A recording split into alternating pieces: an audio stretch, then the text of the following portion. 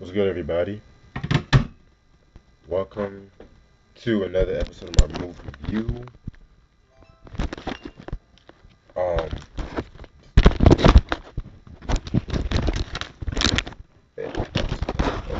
I'm sorry.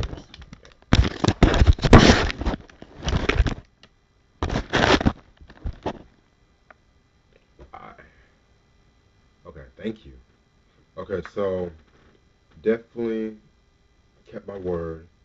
I'm going to talk about All Eyes on Me, the movie. So if you guys have watched my reviews on Tupac's first two albums, I briefly mentioned that I had a lot to say about this movie.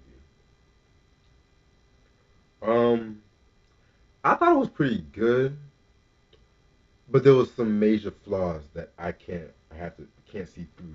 But let me talk about this movie. Okay, so this movie was released last Friday, and it has a very interesting history so far. So originally, the movie was announced back in 2011, and it was supposed to be called Tupac, but they had to go through a lot of stuff.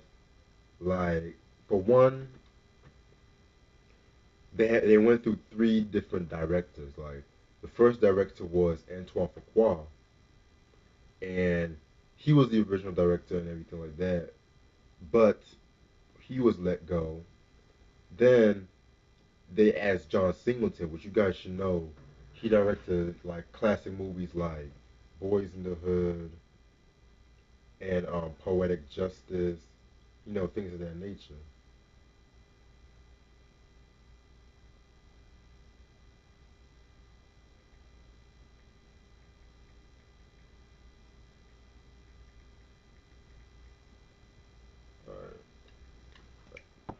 So, and plus, Poetic Justice, Tupac and Janet Jackson both starred in that movie.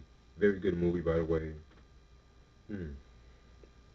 But there was some creative differences, and he was let go.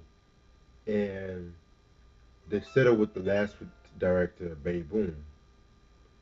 And also, the movie was actually supposed to come out this last November, but from what I've read was that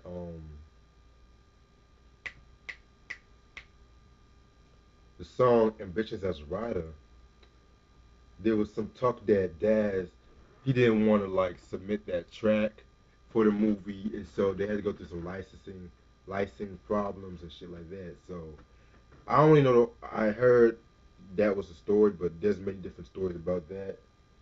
But yeah, other than that, the movie was released um, Friday, which was actually would have been his 46th birthday. I'm going to talk about the acting at the end of the movie because I know a lot of people are going to bitch about the acting, but let me just talk about, certain parts of the movie that I like, certain parts of the movie I did not like. Okay, so the movie started out with in 1995, where this reporter that's played by Hill Harper, he was getting ready to interview Tupac. I believe this was going to be like I think his first prison interview. And so Tupac was discussing major factors of his life, and it started out when he was talking about his mom was a Black Panther, and I think his mom had just gotten out of prison, and she was pregnant with Tupac basically, and they asked her if how did it feel to be free, and she felt like she was not free in this society, how they're just locking African Americans up and all that stuff, just paraphrasing what just was happening and shit like that. Then fast forward, he talks about his childhood and shit like that, and then it showed like his mom, his I think his stepsister, like his sister or some shit, and Pop just walking down the street chilling, and they knows like this guy was following them around, and then also, and it turned out he was an FBI agent looking for his stepfather, cause they were Black Panthers and stuff like that, and it took us to Christmas and things, and they FBI raided into the house. Oh, by the way, there's gonna be like a lot of spoilers, so yeah, raided into the house and everything like that. Arrested, was right in front of Tupac and his girl and his sister. And then this is where the movie kind of then it jumps into when Tupac was in Baltimore, and he was in the arts program, the art school, and basically wait, what? No, not Baltimore. So I think like yeah, he was in the arts program, and they talk about his friendship with Jada Pinkett. Now this is a major problem right here because for one, I don't know if it was just me, but it was just like the beginning, like the first, I would say the first 30 minutes, it was just jumping from event to event to event. Like it was not, I didn't feel like it was had like a consistent flow towards it. Like it's the same problem I had with the Get On Up movie, the James Brown biopic, which I thought it was a very good movie too, but the whole it was just like jumping from random places. Like one, the beginning was with James Brown and when he was about to get arrested for the whole bathroom incident, and then it takes us to when he was a kid, and I think it took it to like when he was doing some Christmas thing. Like it was just all over the place. Other than that, back to All Eyes on Me. I actually wanted to see how him and Jada met or some stuff like that.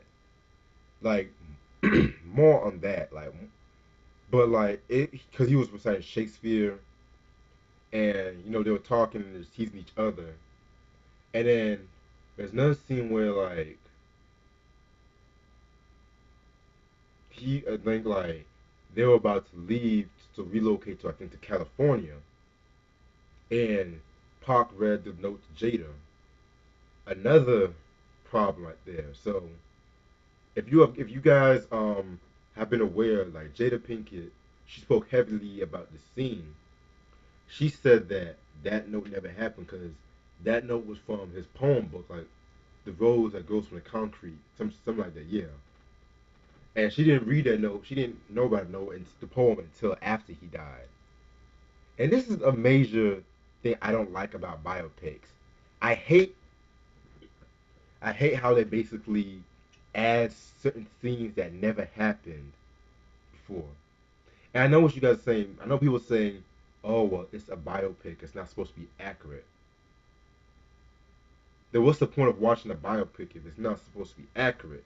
When I watch a certain biopic, and it's, if it, even if it's an artist who I am familiar with a lot, I expect everything to be 110% true. No fabricated shit like that. Like, don't get me wrong, that was a good dope scene, but still. And so then he was moving to California. He got exposed to the gang, the police brutality, like all that jazz and shit like that. And he got a love for rapping. The next thing you know it, he was rapping with his manager, Lila Steinberg, who him a position at Digital Underground. And so yeah, so basically yeah. And one thing I should mention, certain people portray themselves in this movie, which I'll get into in a minute. So okay, okay, so and then after like when he got famous, like I think after this 1991, that's when I felt like the movie was kind of picking up steam. It was more consistent, but there was still some flaws. Now, you guys know how much I love his album "Me Against the World." That's like my favorite Tupac album. The main thing that got me mad about this movie, they did not talk about that album.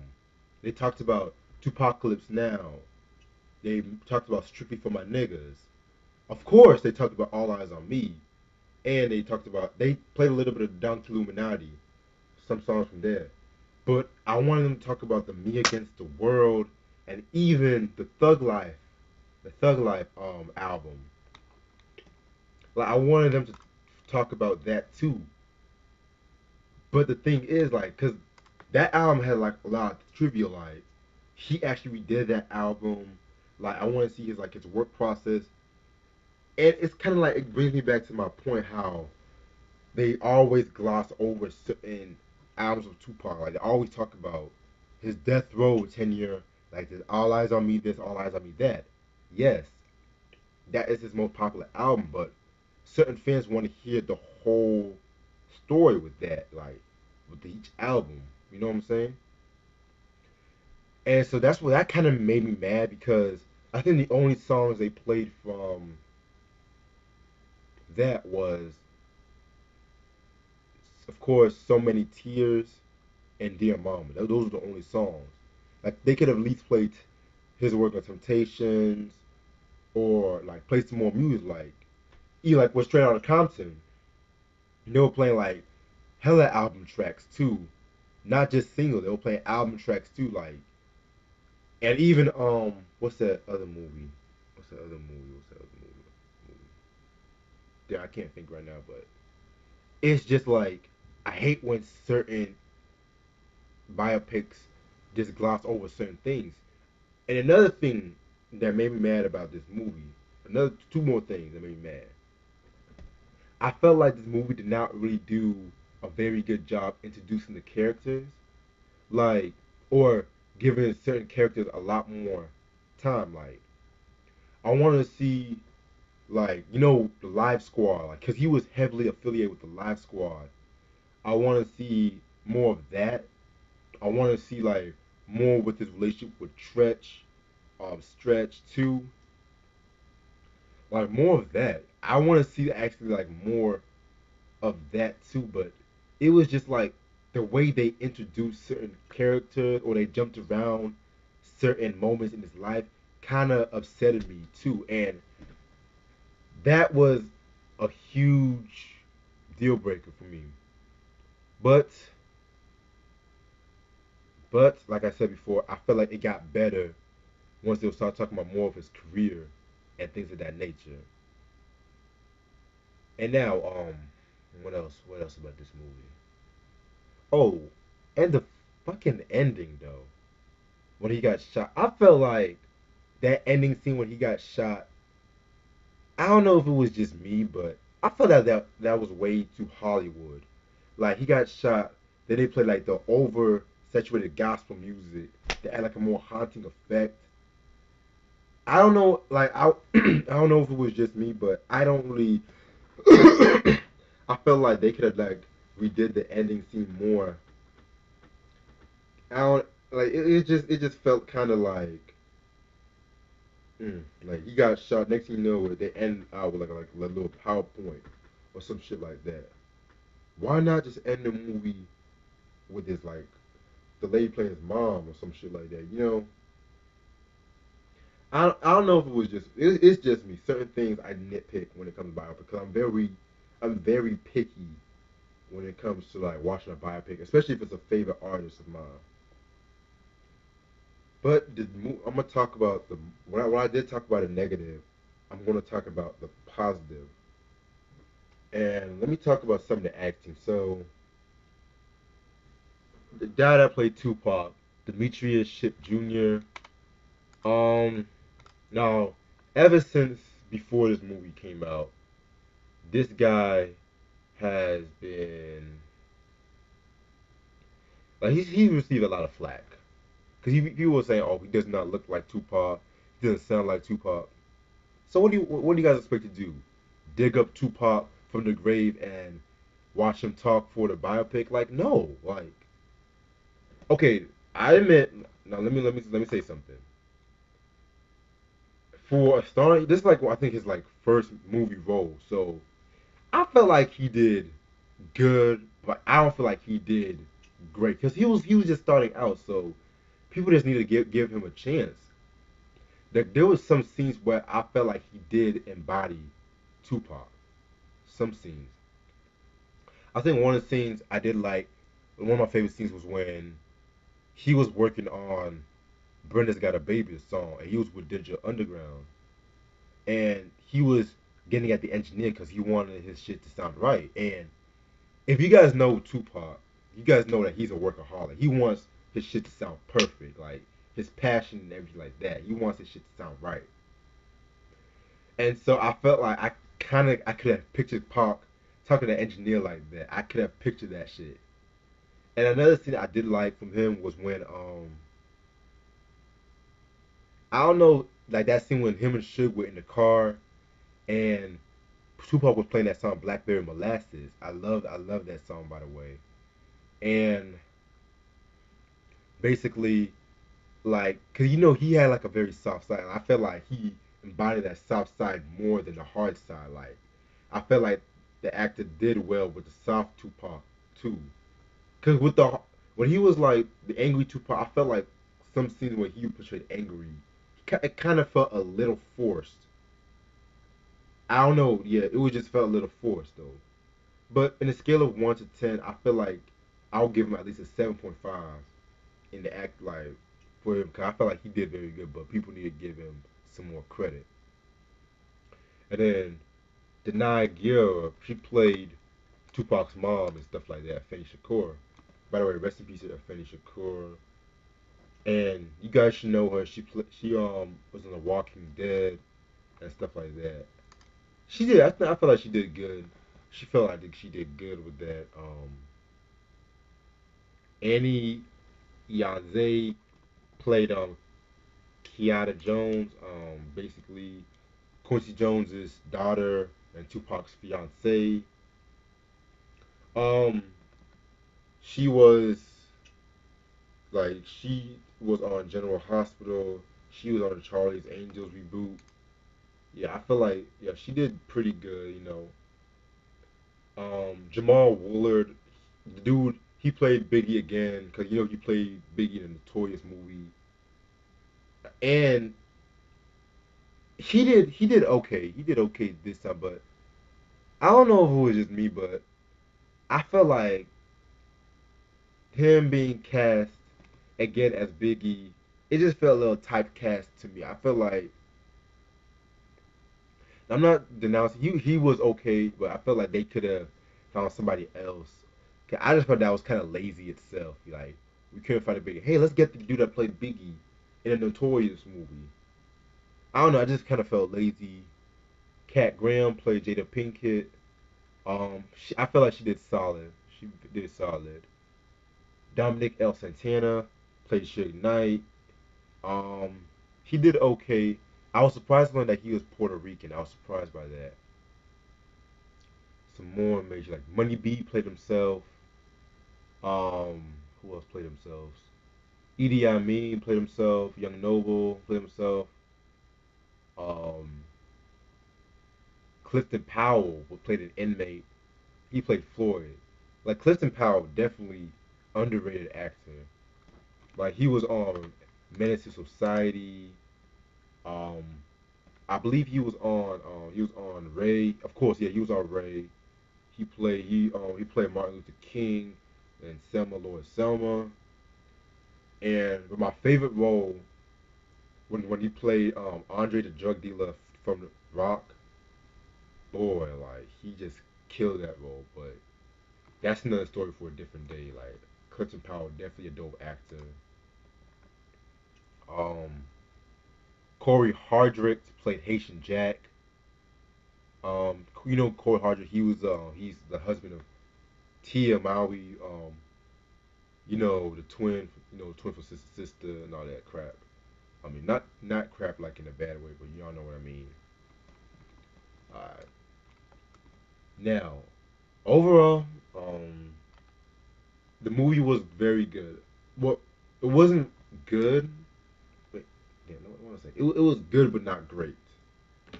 Like, I felt like if they were gonna do something like that, like if they were gonna like do something like him telling his whole life story, then they should have gotten everything on point, like everything on point. And I like when biopics do that too. Prime example, like Straight Outta Compton, everything was on point, but that Tupac scene, that Tupac scene. Um, and I would even throw the New Edition miniseries too. And I'm gonna mention that because the element of watching a biopic, especially on a favorite artist, sometimes you a fan might be sometimes fan might be surprised by certain facts. Like for example, the scene where we found out that Ricky Bell was doing drugs. Like no one knew that he was doing drugs. We all thought Bobby was the only drug addict, but still, I wish like certain biopics would. I like when they would surprise fans with facts they didn't know and things of that nature too. And I felt like Straight Outta Compton and that New Edition movie kind of set a high standard for biopics for movies and TV respectively. And now, because these Lifetime biopics, I can't take these serious. Like, I had just seen that Michael Jackson Neverland biopic, which I felt like was fucking bullshit. I felt like that was fucking bullshit. But yeah, what else about this movie? I can talk about the casting. And so far, the movie has gotten like a slew of negative reviews.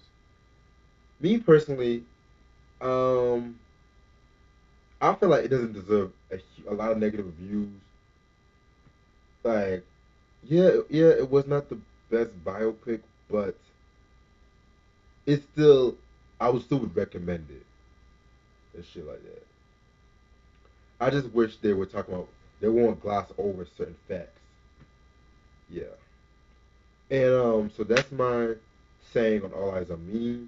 And since I'm doing this vid right here, I'm gonna tell you what I after I finished the Strictly for My Niggas review. My phone basically died on me, so that's why I couldn't get everything I had to say about that album. I felt like it was a huge improvement over Apocalypse Now in terms of mixing and you know this feel of the album was like a bit more lighthearted, excuse me, than Apocalypse Now, but it still had its raw and gutter in it. I felt like that was his breakthrough, and yeah, I felt like it was a good idea for him to pick those singles too and shit like that. And I think that's all I have to say. That's all I have to say. And another thing, I feel like that's like one of his most slept on albums, like in my opinion. I really wish people would listen more to that album. Very good album, highly recommended. Yeah. Okay, so and if you guys want to see All Eyes on Me, see All Eyes on Me. Like I said before, don't expect it straight out of Compton because I had high hopes for this movie. Like cats would even say this was even before the movie was came out. People always saying, "Oh, this was better than Straight Outta Compton," and so that's when I knew that. That's when I fucking knew that it wasn't gonna be because like when a certain thing gets overhyped,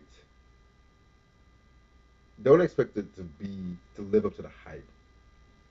There's like a 90 to 10% chance that it can be right, but still. And that's all the time I have. Stay tuned for more stuff. By the way, these upcoming reviews can't miss. Peace.